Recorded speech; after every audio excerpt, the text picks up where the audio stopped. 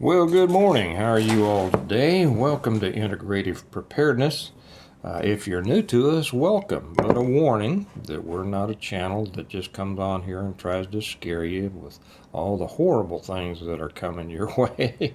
There are horrible things out there in the world, but we prefer uh, to talk about the positives. Yes, how to handle the horrible things, how to get ready for the horrible things, because just because the world is collapsing doesn't mean that you have to or that you should. So, if that's what you're about, you're in the right place. If you're a doomsoomer, a term that I just coined, those people who just want the constant horrors coming your way, well, I'm afraid you might be disappointed because we talk about the positives here.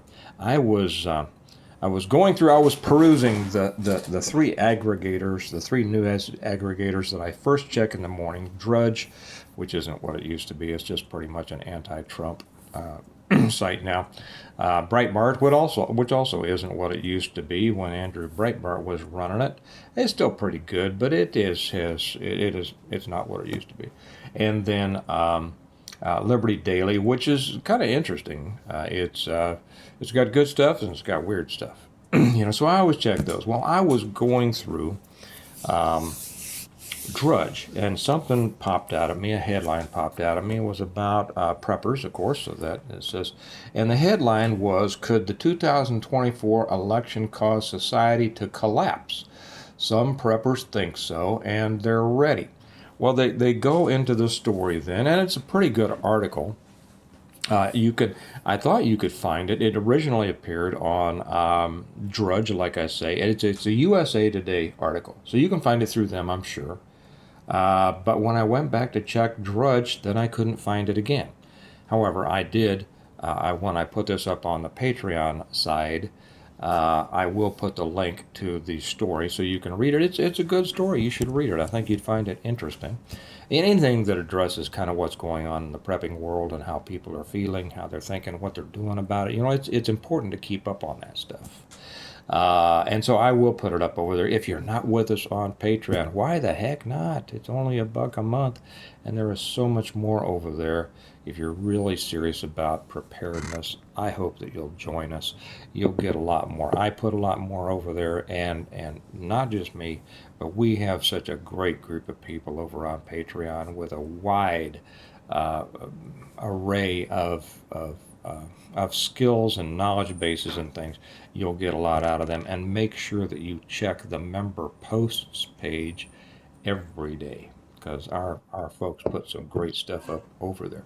Okay, back to this article. It starts off, and I won't bore you with the whole thing with me rehashing it. You should read it yourself. But it focuses on a woman in North Carolina who she's afraid that Trump is going to win and everything's just going to go to the dickens, and she's preparing for it and all that. Okay.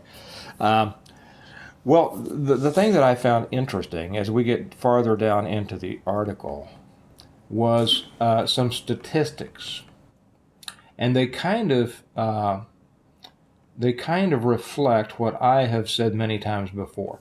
Here's under a subhead. I'll read it to you, and then I'm going to discuss it. It says more Americans preparing for disaster ahead of election. Okay, here's the body of this paragraph. In the past 12 months, 39% of millennials and 40% of Gen Zers reported having spent money on prepping, according to Finder.com, which has collected similar data since at least 2017. Overall, almost 30% of Americans surveyed reported taking some steps towards emergency preparedness last year, up from about 25% in 2017, according to the annual Finder survey. Does that surprise you? It doesn't surprise me, but I think it will surprise many people, and I want to tell you why it doesn't surprise me. Half a second here. Okay, so it doesn't surprise me, and think about that. I mean, almost 4 out of 10 of millennials and Gen Zers have done something toward preparedness, and a lot of people are surprised at that because they have a tendency, the preparedness community tends to be a little bit older than average. And the Gen Zers and millennials take a lot of flack from the oldsters, right, about they don't know anything and they wouldn't be prepared and they blah, blah, blah, blah. Well, no, not really. The reason it doesn't surprise me is because I know a lot of these people and I know that they are very concerned about the world. My 17-year-old son is very preparedness minded. It's not because I forced it down his throat. It's because, and I asked him one time, and I think we were talking about the war in Ukraine, and I was trying to explain to him the truth of that war, which our media is not reporting, and our government certainly isn't talking about. And he says, "Oh yeah, I know that." And he went on and just spun up and just told me a whole bunch more stuff. I said, "Where in the world did you learn that?" Because I knew I hadn't shared it with him. He said, "TikTok." He says, "Everybody in my school knows that this is a bunch of BS." And so these kids are paying attention. The younger people are paying attention. You know, so many people say, let me add one more thing from the body of this article. And again, I do recommend that you read it. Down there, it talks about a retired Air Force colonel, I think, who is either owns or is part of an organization that puts together safe places, kind of communes of, places to go if it all falls apart. And he said, he was talking about, well, I forget what he was talking about exactly, but he said the number one rule of prepping is don't tell anybody that you're a prepper. I disagree with that. If there was more than 100%, I would. Okay. I disagree with that completely. I think that was one of the stupidest things that is said in preparedness. Don't let anybody know you're prepping. And why is that? Because then they'll come and take it when it all comes down. You make yourself a target. Okay. Let's talk a little reality here, right? What's one of the things you're going to need more than anything else besides food, water, and the love of God, if it all comes down? People. People. I've heard people tell me, and plenty of comments in the comment sections on my channel and others will verify this. I don't tell anybody that I'm prepping. And then others will say, I can't find anybody else who shares my way of thinking. Well, do you think maybe that's because you don't share your way of thinking?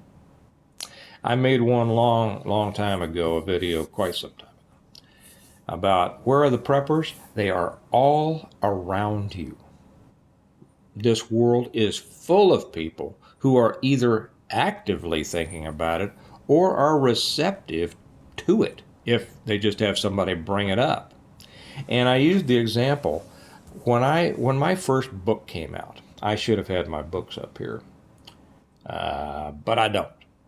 When my first book, The Reversion, came out in 2017, and as some of the people in my personal sphere found out that I had written this book and put it out there and they read it, you can't believe how many people I had come to me and say, Steve, now that I've read your book, let me tell you what I've been doing.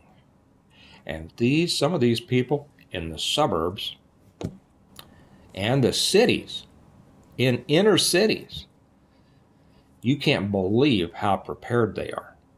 They are. They're not just stocking food. They're not just stocking weapons. They are practicing weapons.